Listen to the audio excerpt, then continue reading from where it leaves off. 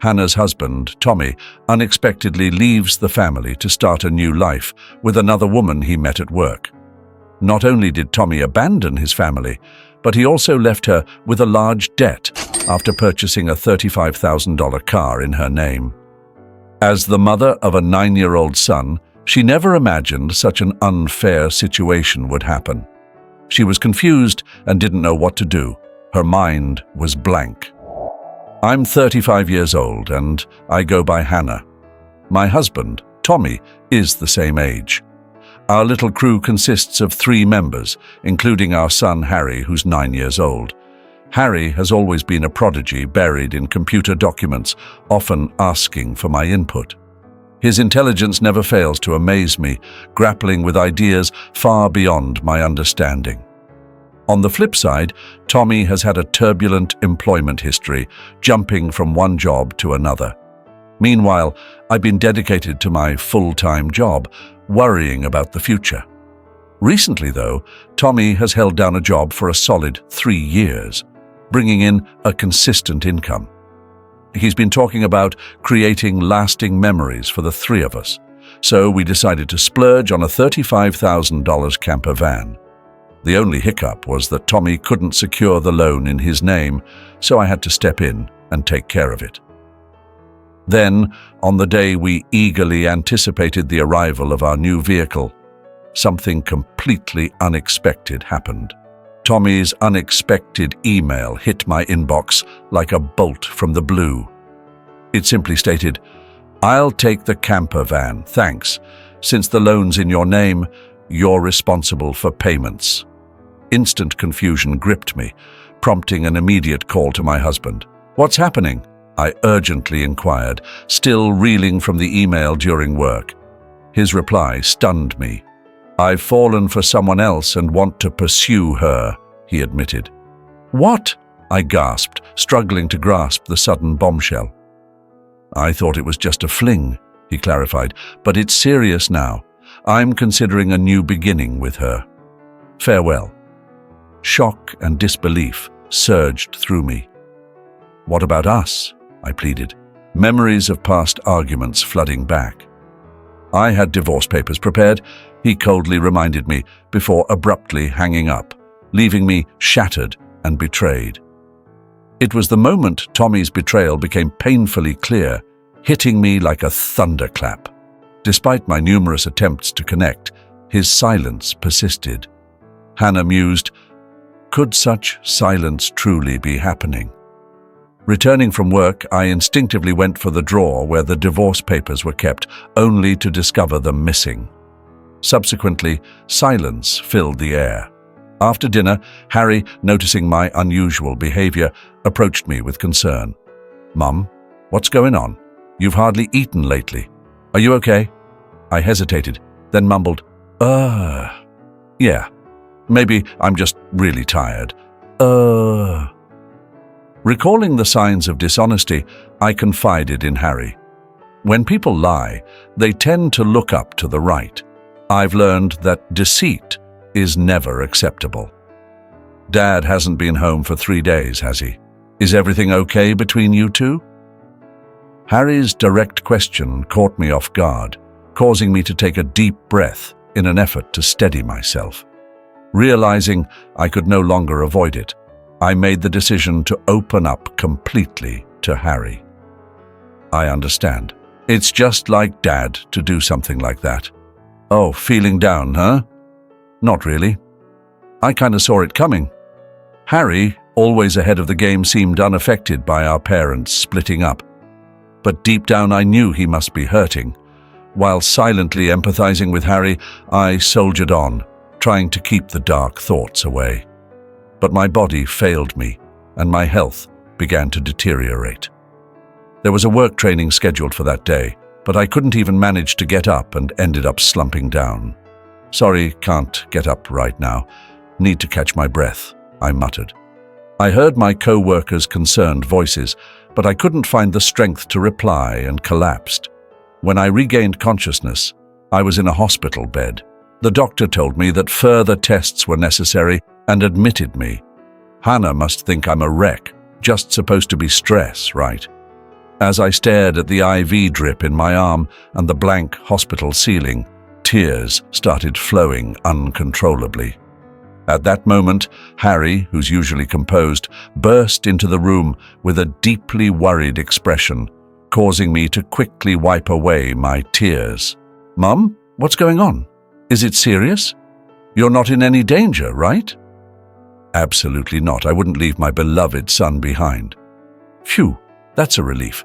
I got a call from the school saying you were rushed to the hospital." I was terrified. My heart skipped a beat. Harry usually acts mature, but my illness turned out to be more severe than I thought, and I was diagnosed with a serious condition. The doctor recommended immediate surgery. Please decide quickly. Following the doctor's advice, I went through with the surgery. When I got discharged, it had been a month since Tommy left. Upon returning home and checking the mailbox, I found a notice for the car loan payment. Hannah assumed it should have been deducted automatically. What's going on? Panicked, I checked my bank balance, and what was once $30,000 had dwindled to $1.20. Hannah suspected Tommy's involvement. I need to ask him to give back the money, but he's unreachable. What's my move now? Without the camper van, I'm stuck. Can't even sell it.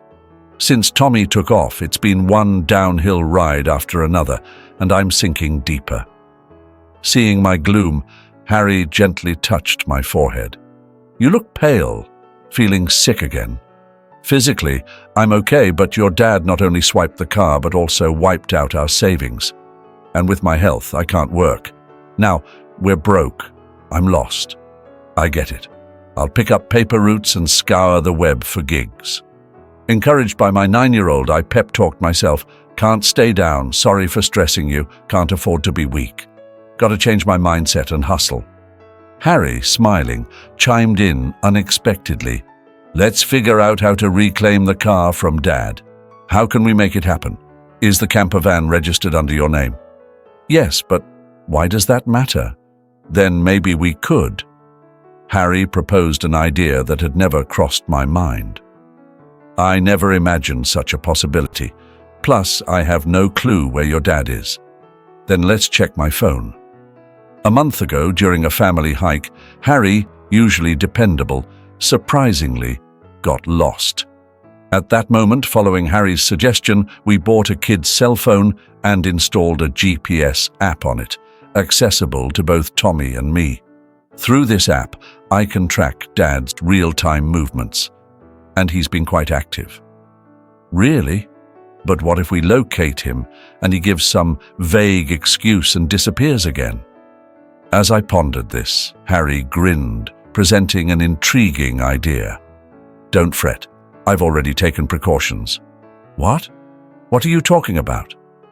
To my amazement, Harry had taken independent action while I was hospitalized, achieving something incredible. I marveled. I can't believe such a bright kid came from me. Harry's words left me stunned. He knew about Tommy's affair. Let's give Dad a taste of his own medicine. Time to kickstart the plan. My son and I geared up for action. With Harry as my wingman, I felt unbeatable. Bring it on. Anytime. Anywhere. 3 days later, the phone rang. "Ah, it's me. I need your help." "Who's calling?" "Don't pretend you don't know. It's your husband, obviously. The cops are grilling me about you. They might haul me in soon." "Is that right?" "Just a sec." Rushing with my son to where Tommy was, I found him in a forest park near our place, surrounded by police, looking lost. My heart sank. I signaled to the cops for a private chat with Tommy, buying us some time. Tommy felt uneasy with the prying eyes around us, nudging Harry and me to hop in the car. Inside, his mistress sat, legs crossed, shooting us glares. But that didn't matter anymore. My apologies. Thanks for coming. But why did the cops suddenly show up at my place? I'm puzzled.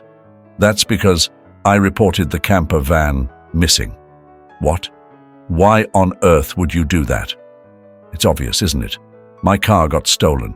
Tommy, foolishly believing marital actions are exempt from crime, babbled nonsense, but reality isn't that forgiving. Remember, you filed for divorce? Forgot?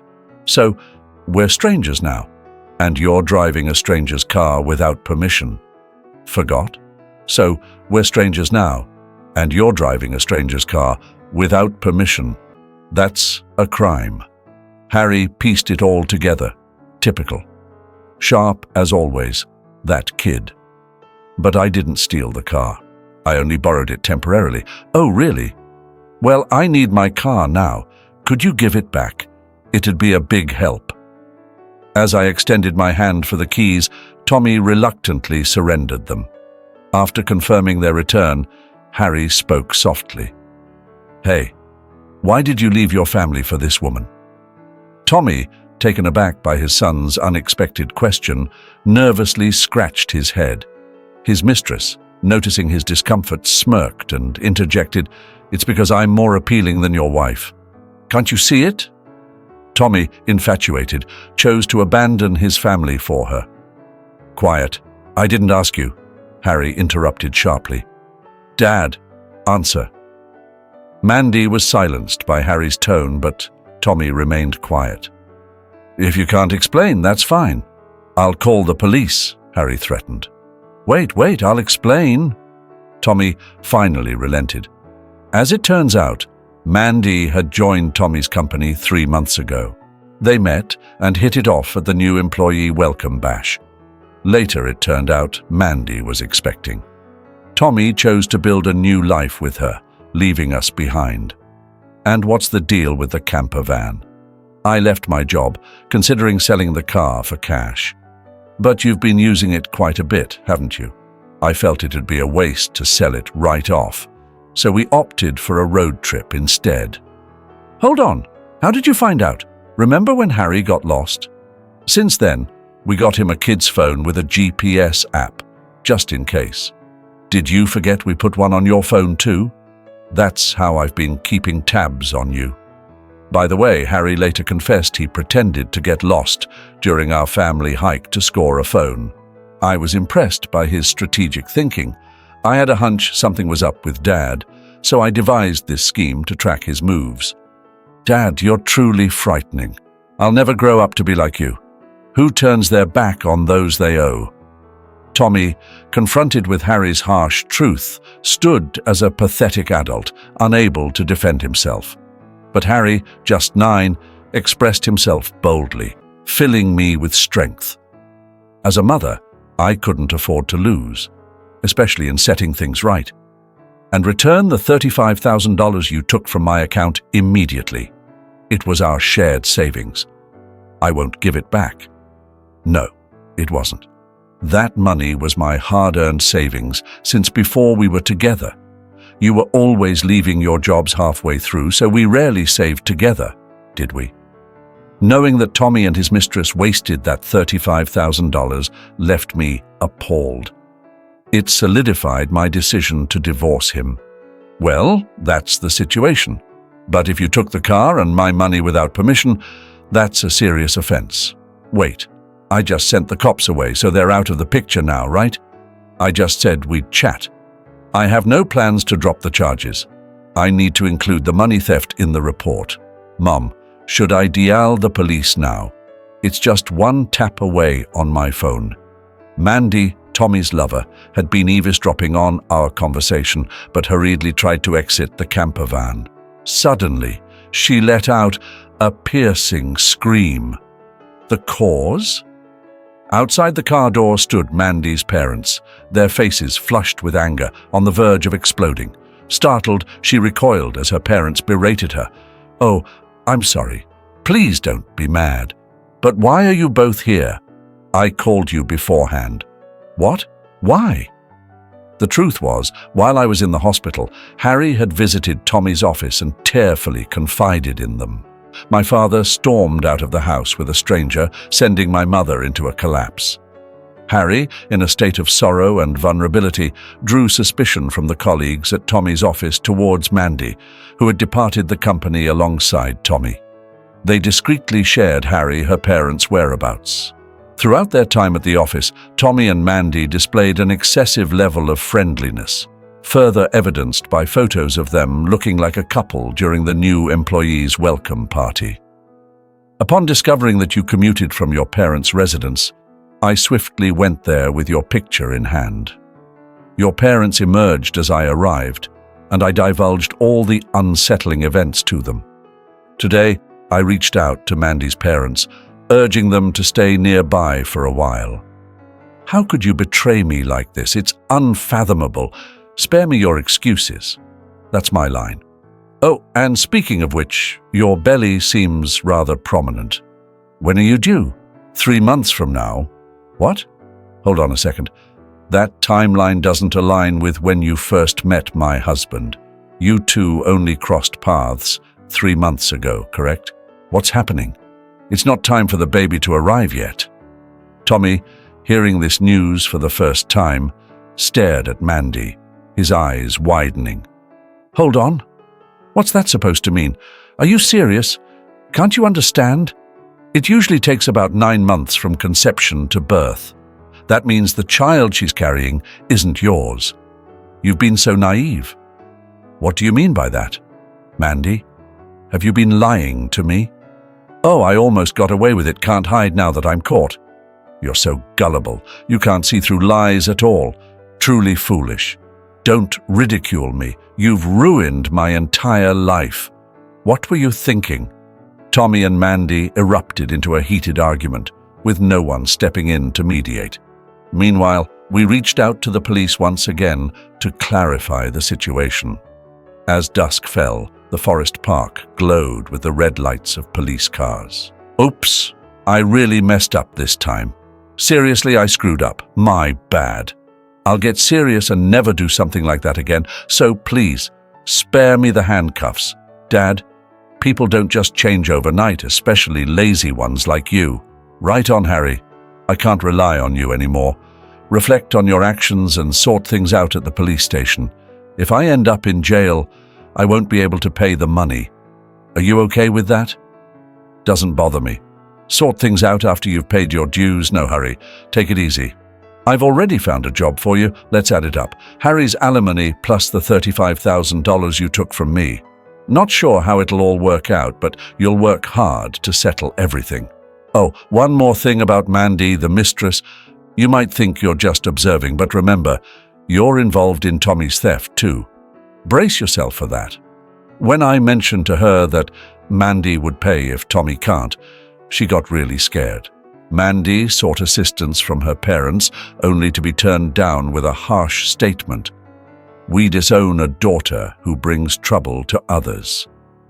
Consequently, Tommy and Mandy found themselves escorted away together by the police. Thanks to Harry's clever tactics, we managed to hold Tommy and his partner, Mandy, accountable.